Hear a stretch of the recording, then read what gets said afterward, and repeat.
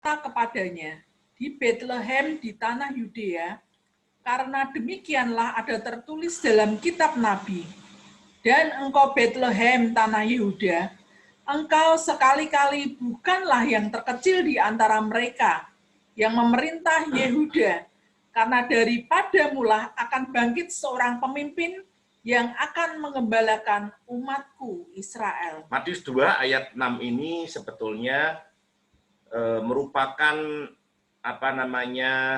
satu konfirmasi dari nabi kecil yaitu Mika. Kalau saudara baca Alkitab itu, kalau saudara lihat Android itu ada tanda bintangnya diklik saja saudara. Itu ada nubuatan Mika 700 sebelum Masehi. Jadi peristiwa Mika ini sudah dinubuatkan. Coba kita lihat Mika 5 ayat 1.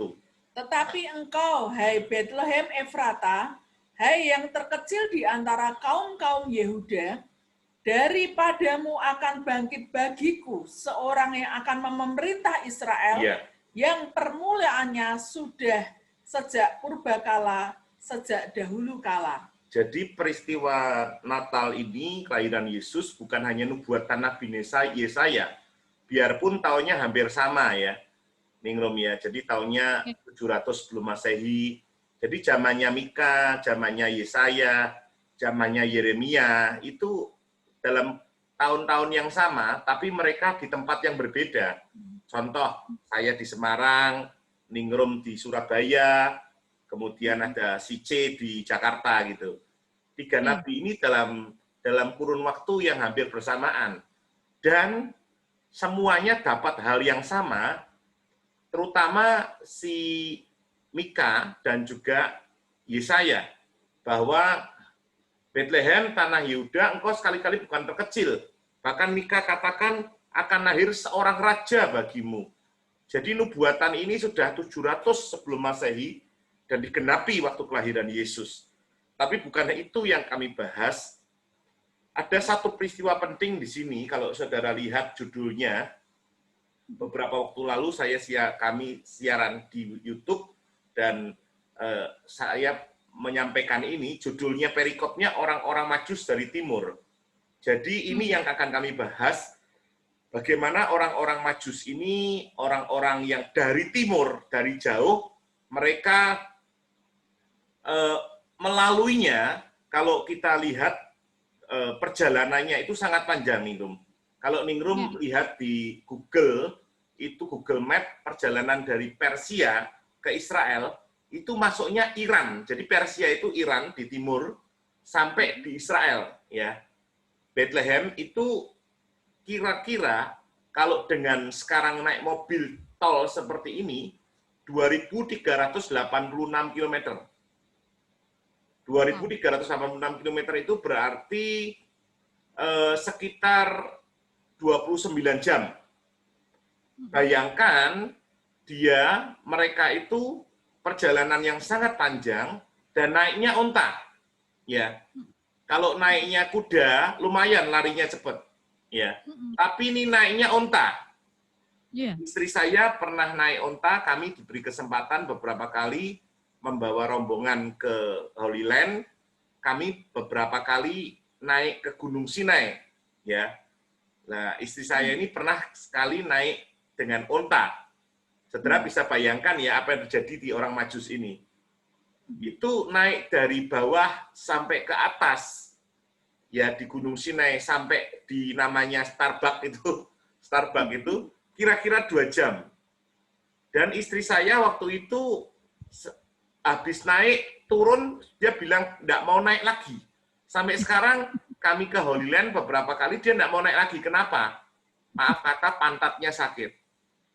Jadi merosot terus nih, Rom, merosot terus. Jadi unta itu enggak mudah untuk dinaiki. Ya. Bahkan ada seorang teman, maaf kata, yang lecet-lecet gitu ya. Karena naik unta itu enggak mudah. Lah itu baru 2 jam. Bayangkan, ini kira-kira berbulan-bulan nih, Rom, orang Majus ini. Nanti kita akan bahas satu persatu. Kalau kita lihat berikutnya, kita lihat ayat yang ke-11. ayat 10 dan 11. Ketika mereka melihat bintang itu, sangat bersukacitalah mereka. Maka masuklah mereka ke dalam rumah itu dan melihat anak itu bersama Maria ibunya, lalu sujud menyembah dia. Mereka pun membuka tempat harta bendanya dan mempersembahkan persembahan kepadanya, yaitu emas, kemenyan, dan mur. Peristiwa ini ditulis menjadi peristiwa yang hebat, karena 3 orang Majus ini dikenal sebagai ahli astronomi, orang-orang kaya pada zamannya, dan ini orang-orang hebat ya. Ada yang ngomong raja-raja di sana, tapi saya lebih setuju mereka ini adalah orang-orang ahli astronomi, orang-orang kaya zaman itu. Dan kalau kita lihat di lukisan-lukisan itu 3 orang Majus ya. Kalau kita sudah ke Holy Land, mereka berkata sebetulnya lebih dari 3. Cuman dilukis 3 gitu ya. Kita tidak bahas itu, tetapi apa yang terjadi, orang Majus ini adalah hebatnya, dia melalui jalan yang luar biasa itu mungkin berbulan-bulan, dan ketika sampai dia dia masuk ke rumah itu dan melihat anak, sudah dilihat anak, bukan bayi ya, jadi mungkin saya kira sudah mungkin berbulan-bulan, mungkin hampir setahun lah ya, jadi sudah mulai anak, bukan baby lagi, bersama Maria ibunya, lalu sujud menyembah dia. Dan yang dipersembahkan apa? Emas, kemenyan, dan mur. Emas, kemenyan, dan mur itu adalah lambang persembahan yang mewah pada zaman itu. Yang terbaik, yang berharga. Jadi orang-orang Majus ini mempersembahkan sesuatu yang berharga di hadapan Tuhan. Bapak Ibu, kami melayani suami istri, apa sih yang berharga di dalam kehidupan kita? Mari kita lihat Roma 12 ayat yang pertama. Roma 12 ayat yang pertama. Ya. Roma 12. Ya, Roma 12 ayat yang pertama, demikian firman Tuhan. Karena itu saudara-saudara, demi kemurahan Allah aku menasihatkan kamu, supaya kamu mempersembahkan tubuhmu sebagai persembahan yang hidup, yang kudus, dan yang berkenan kepada Allah. Itu adalah ibadahmu yang sejati. Yang pertama yang bisa kita lihat dari orang Majus ini, yaitu mereka mempersembahkan yang terbaik bagi Tuhan. Apa persembahan yang baik bagi Tuhan? Kalau zamannya sekarang, kita bisa bilang, aku mau mempersembahkan yang berharga. Aku tidak punya emas, aku tidak punya kemenyan, aku tidak punya mur. Tuhan katakan, persembahkan hidupmu, tubuhmu, sebagai persembahan yang hidup, yang kudus, dan yang berkenan kepada Allah. Apa sih hidup kita? Kalau kita tahu hidup kita, yang terpenting adalah karakter. Kita serahkan karakter kita kepada Tuhan. Tuhan, aku mau berikan karakter yang terbaik untuk Engkau. Kami melayani suami istri, Bapak Ibu. Seringkali dalam hubungan suami istri, saling suami keras kepala, istri keras kepala. Harusnya firman Tuhan katakan, engkau serahkan karaktermu kepada Allah. Serahkan hidupmu kepada Allah. Kalau dulu kita keras, harusnya sekarang kita sudah tidak keras lagi. Kita bisa merendahkan hati kita. Kita belajar, Tuhan, aku mau belajar merendahkan hati di hadapan Engkau. Ini namanya menyerahkan satu karakter kita kepada Tuhan, ya. Nah, kadang yang terjadi sebetulnya kan kita dikatakan kita harus menyerahkan karakter kita kepada Tuhan. Iya. Tetapi ketika kita ada masalah dalam keluarga Ningrum yang sering terjadi, menang-menangan. Pokoknya aku menang. Nggak mau peduli pasangannya bagaimana, yang penting aku menang, itu yang terjadi. Padahal pria wanita ketika disatukan, firman Tuhan katakan, kejadian firman Tuhan katakan, itu bukan lagi 2, tapi 1. 2 menjadi 1, 1 daging. Harusnya ketika 1 berkata aku menang, yang 1 kalah, mereka berdua sudah kalah. Ini tidak disadari suami istri. Contoh, suami menganggap bahwa dia menang, istrinya kalah. Dua-duanya sudah kalah. Kenapa? Itu siasat iblis supaya suami istri saling ribut, saling gontok-gontokan, tidak mau kalah, padahal kedua-duanya sudah kalah. Harusnya dua-duanya menyerahkan hati kepada Tuhan, jadilah kehendakmu Tuhan. Aku mau jadi kehendakmu. Tidak menang-menangkan sendiri. Tapi ketika kita melihat pasangan kita kalah, kita bangga. Kadang istri bangga, merasa benar, itu yang terjadi. Dan itu seringkali membuat hubungan suami istri menjadi tidak karu-karuan, Ningrum. Iya, iya. Apalagi kalau sudah bertengkar, lupa kalau di situ ada anak mendengar, dan itu bisa merusak gambaran orang tua terhadap anak-anak tersebut. Kita tidak menyadari kadang sebagai suami istri, yang harusnya hidup rukun, disatukan Tuhan.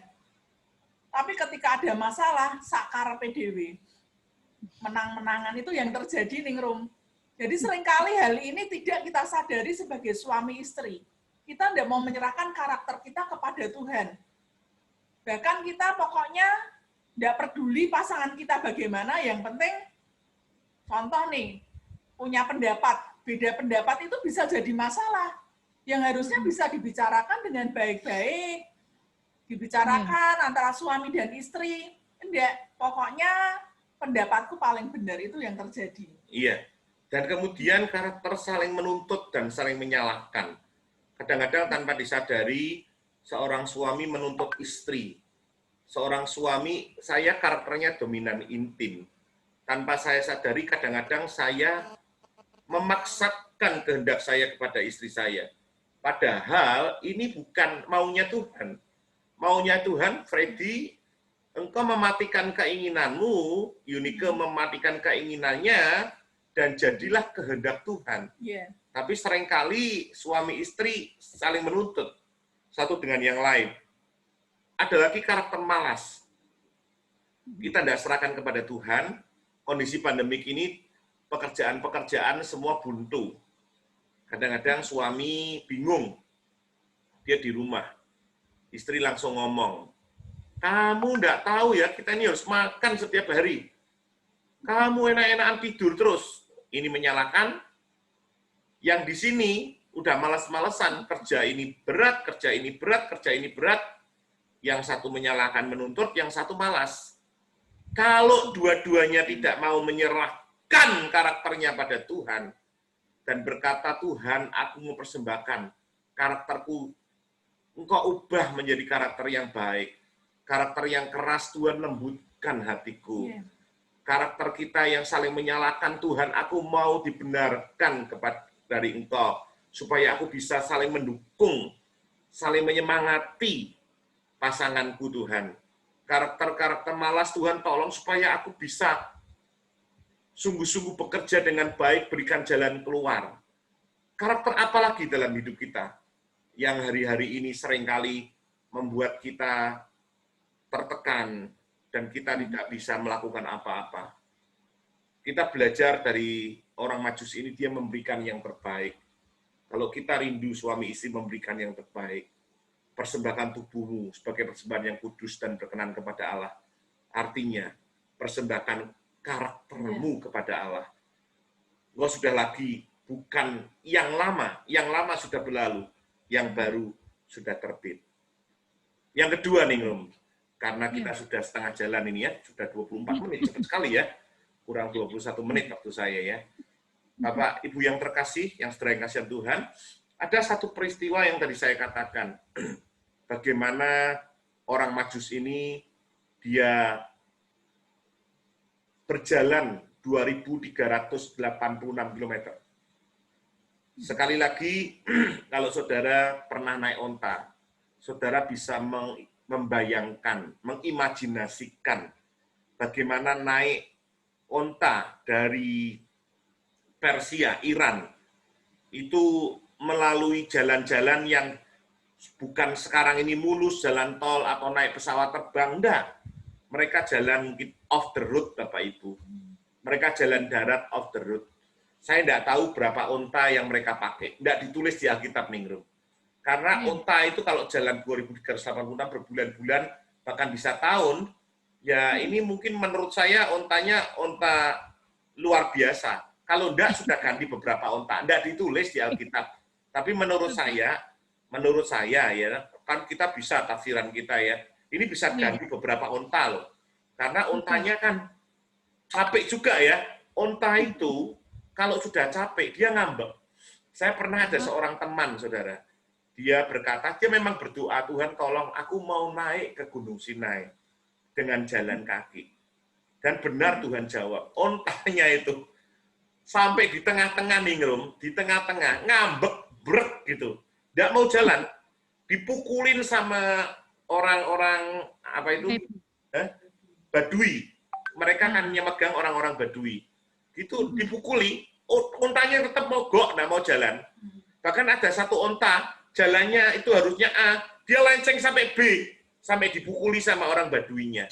Jadi onta itu jangan saudara perkirakan itu satu ya, nurut seperti enggak nurut saudara. Kadang-kadang onta itu bisa mogokan gitu ya, bisa mogokan. Saya enggak mau bahas karakter onta ya. Nanti maksudnya onta itu seperti itu, ini yang dinaiki ya. Kemudian onta itu tidak secepat kuda. Jadi jalannya itu biarpun dia gede, jalannya tidak secepat kuda. Ya.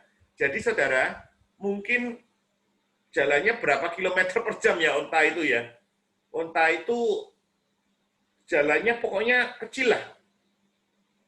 Berapa kilometer coba saya lihat ya. Jadi onta-onta itu kalau jalan itu 13 sampai 16 kilometer per jam. Nanti ya bisa bayangkan ya Ningrum ya. Ya, jadi mobil 20 km per jam saja itu saya bilang keras keto ya toh. Itu 20 km, ini 13 km per jam.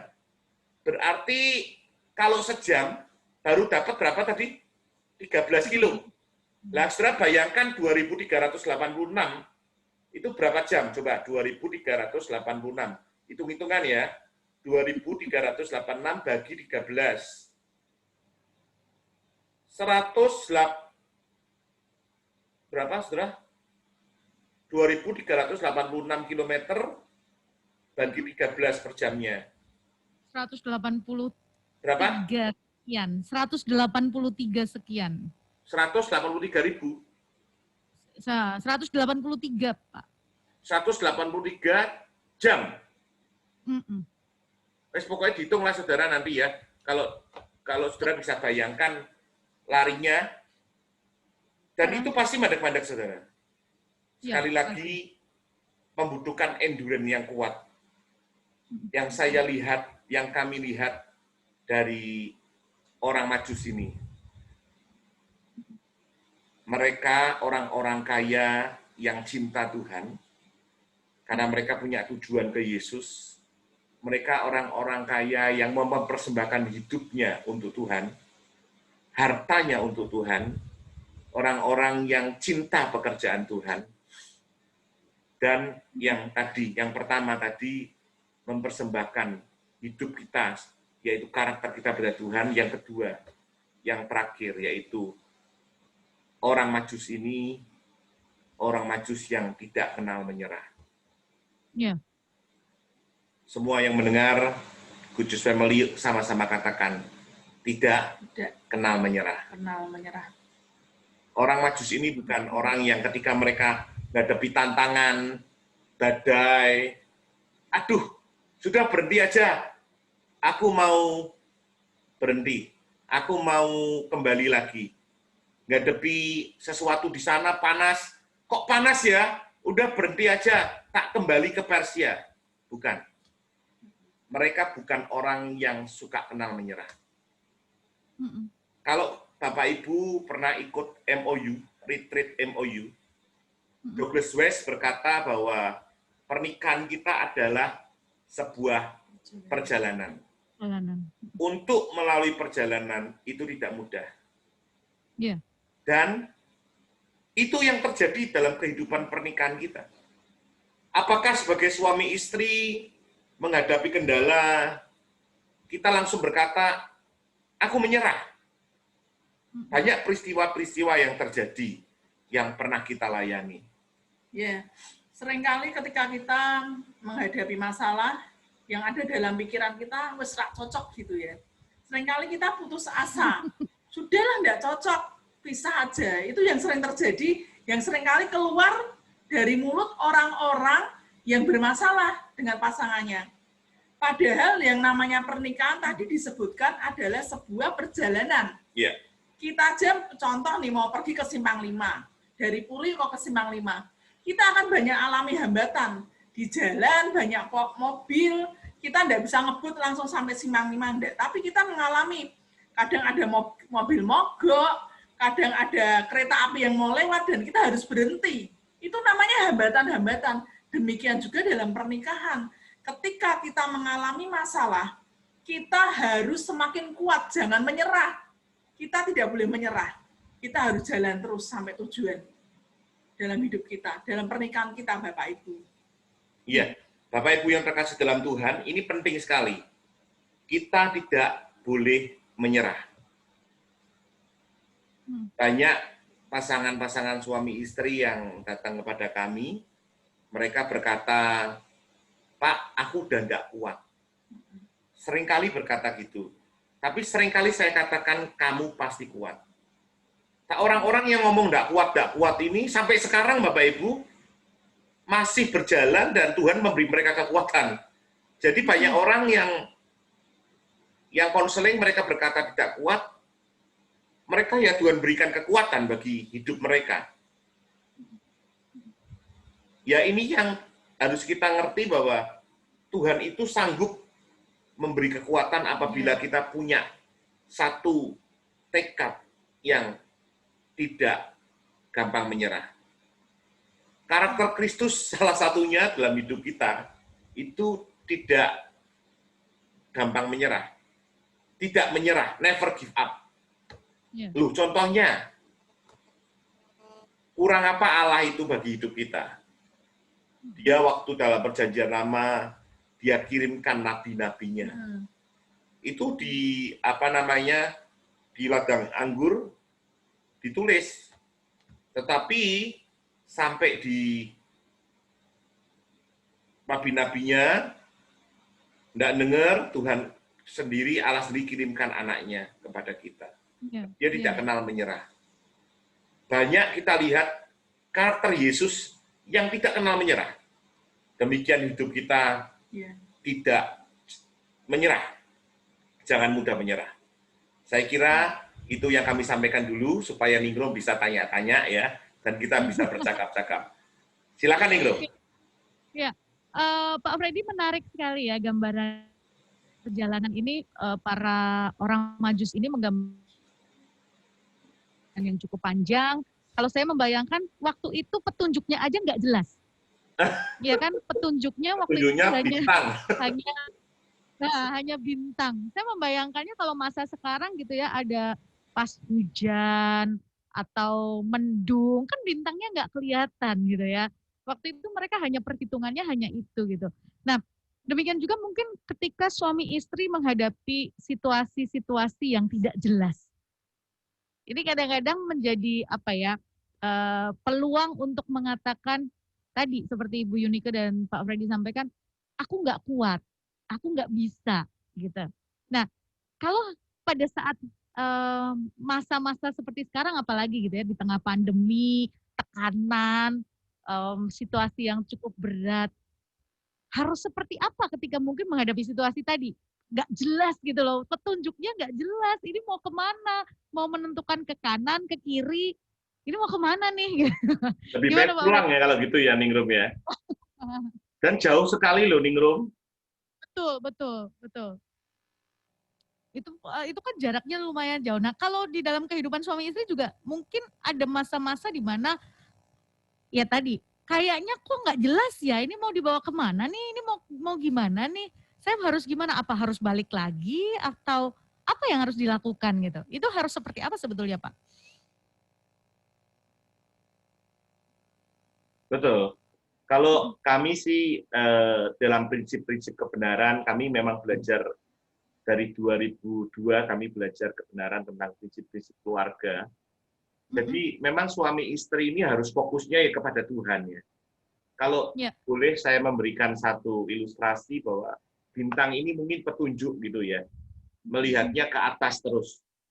Itu petunjuk yang menjadikan orang Majus ini dia tidak hilang harap. Jadi banyak orang yang kehilangan pengharapan. Semua orang terdampak pandemik contohnya. Loh, Pak Freddy terdampak enggak? Terdampak. Semua orang terdampak. Mal dalam kondisi yang berat, PSBB lagi. Padahal usaha-usaha kami banyakan di mal. Kalau sekarang terdampak, semua terdampak. Kena masalah, semua kena masalah. Tapi apakah kita menyerah di dalam kehidupan kita bersama Tuhan? Apakah kita harus marah-marah kepada pasangan kita? Kamu tidak lihat ya, apakah harus seperti itu? Lebih bagus kita menyerahkan hidup kita suami istri kepada Tuhan. Dalam kondisi pandemik ini kita bersatu, lebih bersatu lagi, bersinergi. Kalau dalam bahasa kami itu bersinergi. Apa namanya, ningrum. Kenapa bersinergi?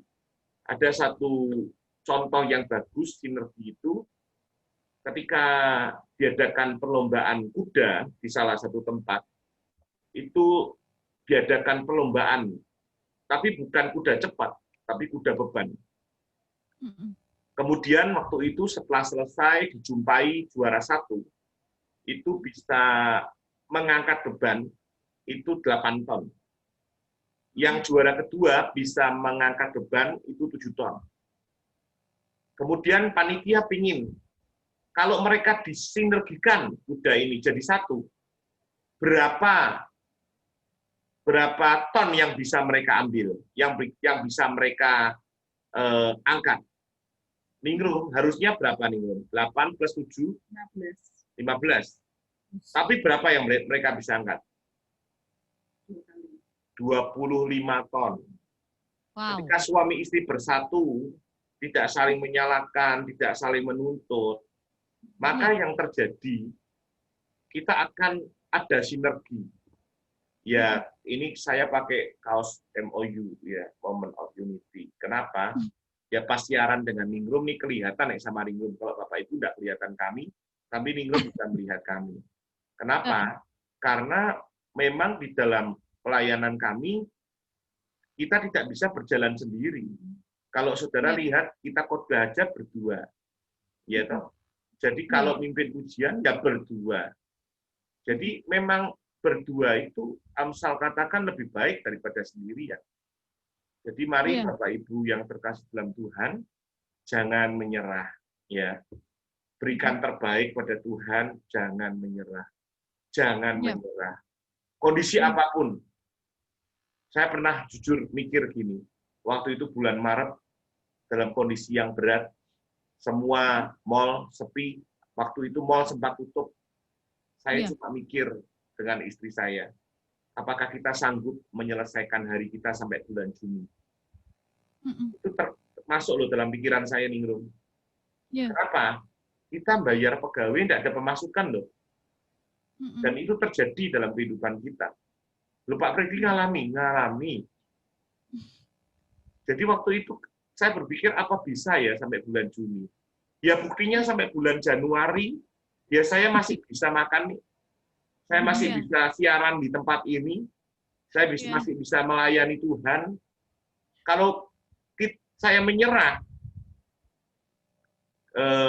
beberapa kali kami diberi kesempatan ke Jepang. Jepang itu anak mudanya. Kami waktu itu mau naik ke Gunung Fuji, di salah satu tempat, dia katakan di tempat itu banyak anak muda yang bunuh diri. Stres. Bunuh diri ini kenapa? Seringkali mereka sukses, begitu mereka mengalami kegagalan satu saja, mereka merasa, aku tidak berdaya, aku tidak berguna. Mereka terjun dari atas, mereka bunuh diri, Ningrum. Dan itu terjadi. Kenapa? Karena melihat sesuatu mudah, tidak melihat ke atas, gampang menyerah. Mari Bapak, Ibu, Saudara, kita tidak boleh menyerah. Saudara, semua kita mengalami hal yang sama. Mari Iya. kita bangkit dalam nama Yesus. Saudara, Iya. kita harus maju bersama. Saudara, sekali lagi, kalau biasanya di awal tahun baru ini, Filipi 3 ayat 13 ayatnya yang menjadi ayat hafalan. Coba istri saya akan bacakan mengakhiri hari ini ya. Sudah 40 menit ini, saudara ya. Filipi 3 Ayat 13. ayat yang ke-13. Saudara-saudara, aku sendiri tidak menganggap bahwa aku telah menangkapnya, tetapi ini yang kulakukan. Aku melupakan apa yang telah di belakangku Yes. dan mengarahkan diri kepada apa yang ada di hadapanku. Dan ayat berikutnya, Dan berlari-lari kepada tujuan untuk memperoleh hadiah, yaitu panggilan surgawi dari Allah dalam Kristus Yesus. Amin. firman Tuhan katakan dia menulis ini, Rasul Paulus, itu di Filipi. Saya kira kalau saudara lihat Filipi ini, dia nulis di penjara, saudara. Di dalam penjara dia menulis ayat ini. Dia katakan, aku melupakan apa yang di belakangku. Dalam kondisi tertekan, dia katakan, aku lupakan yang di belakangku dan mengarahkan diri kepada apa yang di depanku. Dengan apa, saudara? Berlari-lari. Saudara, Rasul Paulus contoh yang bisa kita lihat. Saudara bisa lihat kitab-kitabnya sangat menarik sekali. Bagaimana saya pernah menceritakan bagaimana di penjara pun dia bisa memenangkan Onesimus dan Onesimus masuk menjadi berkat di Kolose. Saudara, poinnya, lupakan yang di belakang kita. Arahkan diri kepada apa yang di depan kita. Sudah, saudara, kegagalan saudara kubur. Mari kita melihat ke depan, jangan menyerah. Kalau saudara saat ini lagi malas-malesan, yuk bangkit sama-sama. Susah, memang saudara. Hari-hari ini tidak mudah. Tapi saya yakin dan percaya, dia sanggup memberikan jalan keluar. Amin. Kalau kita seperti orang Majus ini yang melihat satu destination, tujuan, sampai di finally, akhirnya sampai di sana. Dan dia sampai menuju kepada anak itu. Dan dia mempersembahkan emas, kemenyan, dan mur. Itu tujuan. Dan kalau yang terjadi mungkin orang-orang Majus itu ketika dia lelah, dia ingat di sana lahir seorang raja, segala raja. Dia ingat bukan raja biasa, tapi raja yang hebat. Mereka berjalan ke sana. Dan mari semuanya, setiap kita, sekali lagi persembahkan. Saya ulang, apa yang kita lihat dari orang Majus ini. Yang pertama, dia mempersembahkan yang terbaik bagi Tuhan. Hidupnya yang kudus dan berkenan, yaitu karakternya. Jangan saling menyalahkan, semua karakter keras mulai diserahkan pada Tuhan. Saudara, tidak satu hamba Tuhan pun yang bisa menolong saudara, kalau saudara mengeraskan hati saudara, mengeraskan perasaan saudara. Tidak ada satupun yang bisa menolong. Termasuk Tuhan pun tidak bisa menolong saudara, kalau saudara bersikeras. Bahkan firman Tuhan katakan Firaun pun akhirnya hidupnya hancur, saudara. Jadi sekali lagi, mari kita belajar untuk menyerahkan karakter kita pada Tuhan. Yang terakhir, yang kedua tadi, jangan menyerah. Amin. Apapun yang terjadi, kita ada tujuan. Tadi istri saya Yunika katakan, yaitu panggilan surgawi. Panggilan surgawi. Itu yang harus ada dalam hidup kita. Mari kita berdoa bersama-sama. Terima kasih Tuhan Yesus, kami sudah menyampaikan firman-Mu. Kami terbatas, tapi firman-Mu tidak terbatas. Tuhan menolong setiap Kudus Family dimanapun mereka berada.